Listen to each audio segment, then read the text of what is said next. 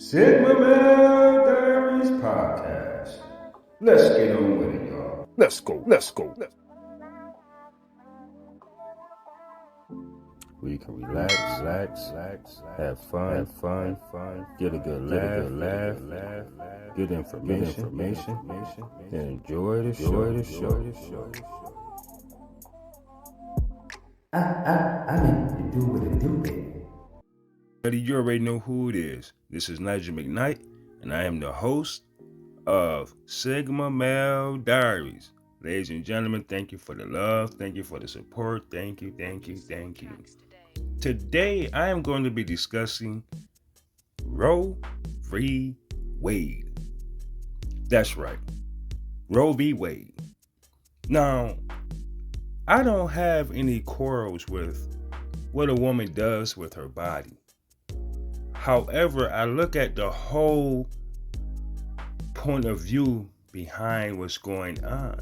And I'm going to tell you guys what's happening pretty much in a nutshell. The reason why I don't really discuss politics is simply because I've been involved in that stuff for over 18 years. You know, and I've learned a lot, seen a lot, and I've grown a lot. Now, this whole ideology with white power, supremacy, some of these idiots feel as if their races is dying off, or they're being outnumbered by blacks, people of color, so-called minorities.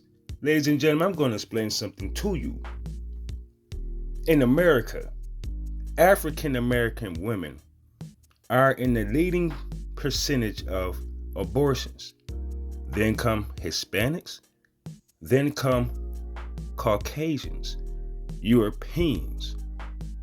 Now, if you were to eliminate a woman's right to have an abortion, which means she has the free will to do whatever she wants with her body, that in fact will cause a few issues.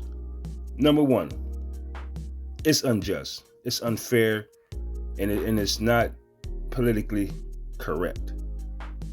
Number two, if you were to stop these women from having abortions, this is what it does. Number one, it would cause people, individuals, women, men, to really think about having a child before you marry. Like they say, marry before you carry. Number two, I understand when a woman is violated. I understand when a woman feels like she can't afford to be a mother. I understand when a woman says, I don't want to be a mother. I don't want kids. But see, when you look at the statistics of the leading cause of poverty in the African American community is in our children, wanted or unwanted. Now, you have things such as adoption, child support, and all these other things. And it's crazy because when you look at the whole context of what's going on, you have same-sex couples, two men that says, my husband, two women that says, my wife, my husband. Same thing with the man. I don't know if you call another man his wife, but one of them has. It's crazy because when you have these same-sex couples adopting kids, man, you're missing half of the dynamics of a fucking family. Now, I don't have anything against that, but what I do have a problem with is that you need a mother and a father. Period. No, neither one can be replaced, substituted. I mean, it's no different than a woman saying that I am a father on Father's Day as well. I'm a mother and a father. You're out your motherfucking mind.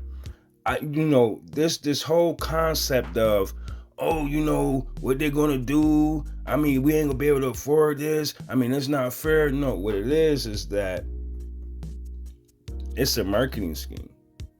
Now, what they do is this. When a woman, let's say, has an abortion, okay, cool. She doesn't have any responsibilities. I mean, she may reduce her chances of actually being able to give birth to a child. But also, you think about it, a lot of men are made fathers, even though they don't want to be fathers, though. Even though they both laid down and done what they done, maybe a mistake was made, they were irresponsible, whatever the case was. Or she could have tampered with the condom, or it could have been effective. She tried to trap him. I mean, it's a lot of crazy shit that's going on. But when you look at the whole scenario of why are they doing this, think about it. None of that stuff didn't transpire. We heard about that shit after the Buffalo top shooting in New York. Think about that. Once they had aired that mass shooting in Buffalo, that's when we all of a sudden hear about this Roe v. Wade being reversed. Are you paying attention now? Are you looking at it from a political scheme? Trickery.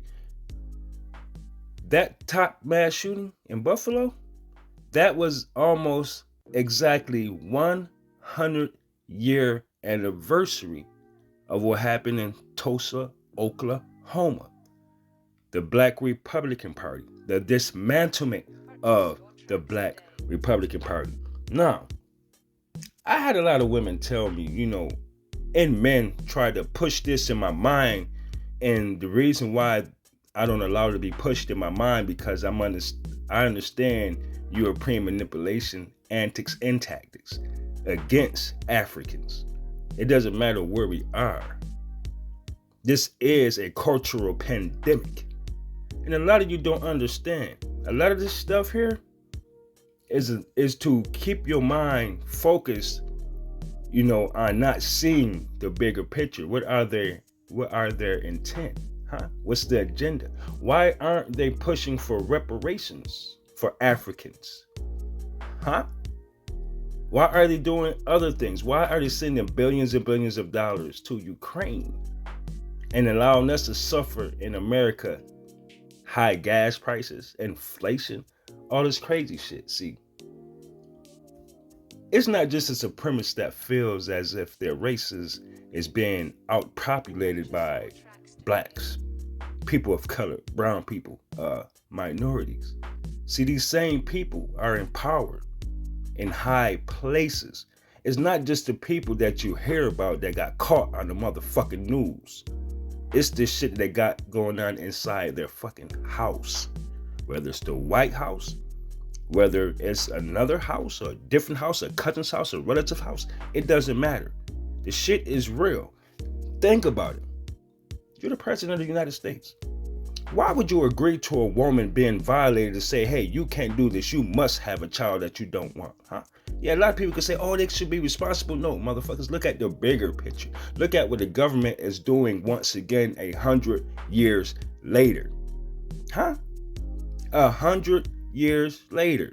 Regardless of how you look at it, it doesn't matter. They're trying to repeat history. Why? Because they're in a position to do so. That's why. We have to start protesting. If we have to start boycotting once again, hey, let's do the same shit that we did 100 years ago to get us where it got us today, What about that?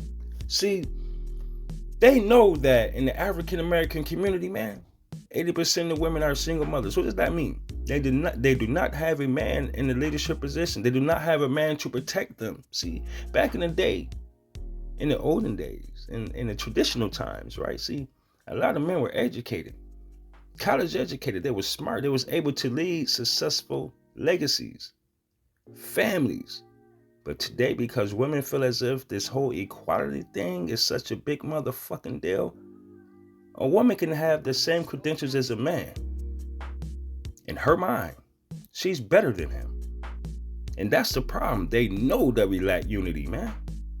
They know this. You want to say, oh, they just is Roe v. Wade, this. No, listen, pay attention. They already know the black family dynamics or the African culture dynamics in America is twisted, tainted, and dismantled. It's kind of like we kind of far too gone to recover from it. Because 80% of our communities are filled with single mothers. Upset, bitter, angry. You know? And guess what? Guess who they're mad at? Yes, you know. And you said it already. They're mad at black men. So now what's going to happen?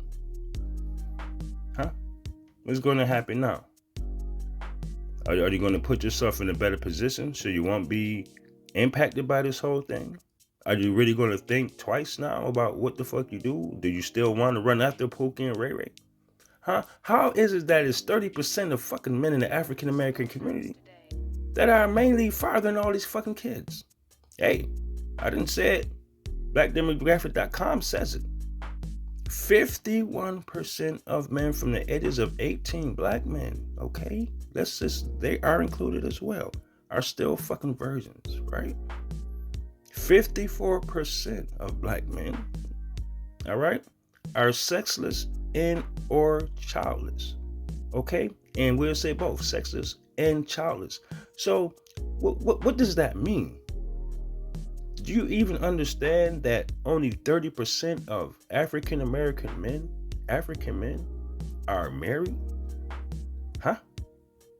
Even though they say the divorce rate is, it's 75%, but 30% of African American men are still married.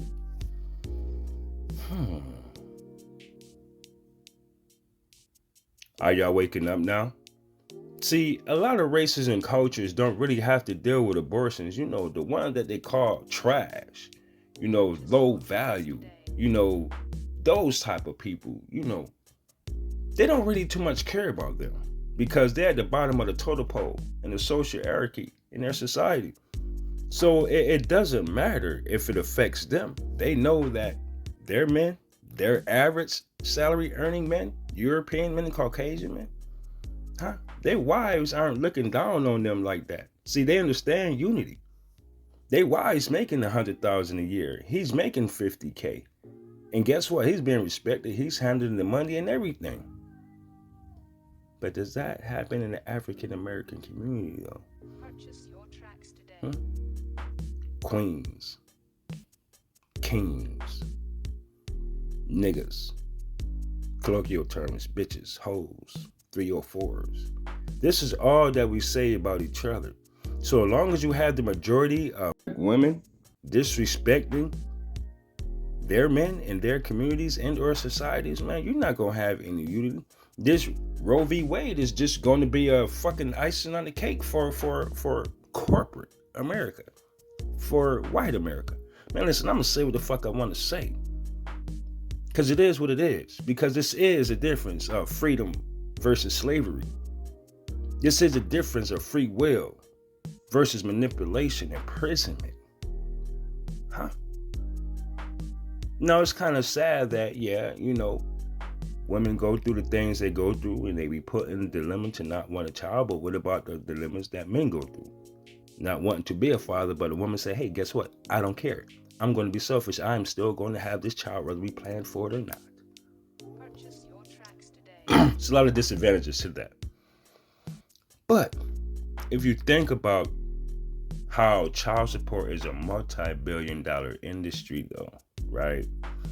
And blacks, African women, right, are the leading factor in abortions, right? They take the fucking torch in abortions, right? So you think about it, they stop a lot of black women from having abortions. You think about this shit. What they used to do back in the day, when slaves had children. See, they took their children and they ripped them away from them and they sold them once they got to a certain age, man. You see what I'm saying? The same thing they want to do now, but they just want to call it adoption. They want to force you to give your child to the system, or they want to force you to be in poverty.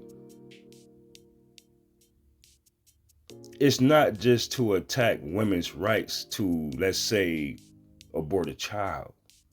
This is money. This is money. The economy going to a recession. Hey, we have an idea. You get the bigger picture. See, it's bigger than what I'm just saying. But I'm just trying to point you in the right direction. All right, ladies and gentlemen, you can, say what you want to say, think what you want to think. I don't give a fuck. Because, see, a lot of people feel and think that I don't care about my people, African people. You're out your motherfucking mind. The thing is, I understand how our people are, especially in a Western civilization, American or not. And what I mean by American or not, you have people that's born in Jamaica, Africa, Haiti, Dominica, not Dominican Republic, Dominica. All right? Then they come here and they see how the women are moving here, these African American women, see. And they take on that role because they watch TV and everything. They want to come over here and they want to make something of themselves, which is understandable. But that is not the right thing to do. This Western civilization, this Western culture is trickery. It's bullshit. And it's slavery by way of manipulation by giving you a little, see. They give you a little bit of freedom. But then when they want to, Europeans, Caucasians in America that run this country, that stole this country from people that already inhabited this land, which I don't understand why the hell they didn't try to fight and still not fighting to take it back. But that's a whole nother story. You can call it what you want to, because you motherfuckers wrong for that, man. Slaves built this motherfucking land, this country. Slaves built this motherfucker. And Europeans are benefiting from it. And I honestly hate that shit. Ladies and gentlemen, it is what it is. This is your host, Nigel McKnight of Sigma Male Diaries. Some of you might like what I say, then again, some of you might not. But I don't give a fuck. And I really don't. In America, if you don't like what I said, I don't give a fuck about you either. Ladies and gentlemen, that concludes my show. Y'all stay safe and be blessed. But I'm out. And it is what it is.